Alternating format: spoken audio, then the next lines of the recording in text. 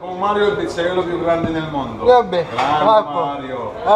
Numero uno. Allora, intanto facciamo questo mezzo metro qua, Gianfranco.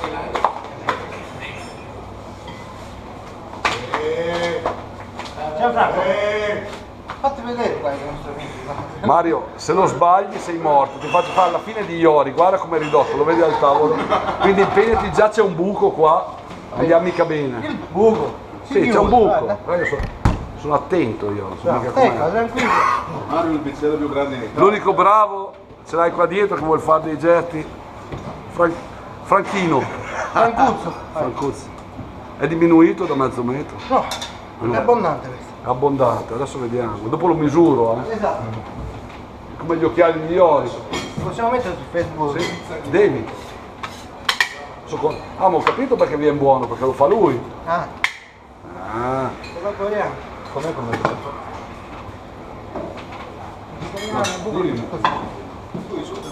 certo che devi mettere. Oh, hai fatto subito. Non devo fare solo. Hai fatto subito? Io. Lo metti anche tu?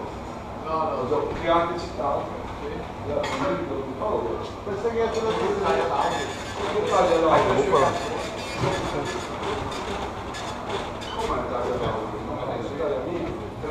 Vai a te se tagli l'auto.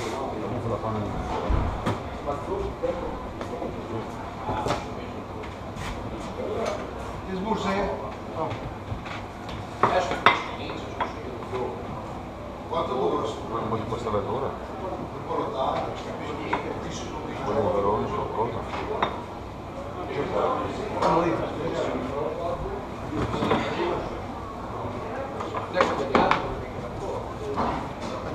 Grande Mario. Bravo. Siamo perfetti, Mario. Sì, ma fatti vedere un'altra volta, che non ti vedo. Perfetto, no? Quanto misura secondo me? Sei perfetto, sei quasi a mezzo metro. Te ne pago 70 centimetri.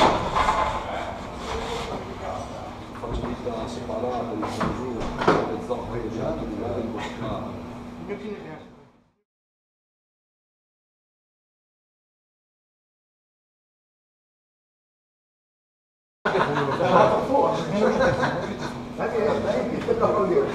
Non è che a me dai quello che ti avanza, anche a me. I funghi gli piacciono? Ma per forza, se non gli piace gli viene a piacere. Hai capito? Tallari! Abile. Mario, tu gnocchini vuoi fare? Grande.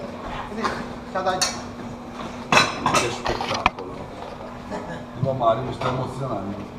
Se fossi una donna Cosa faresti? ti sposerei quasi. Sì, quasi.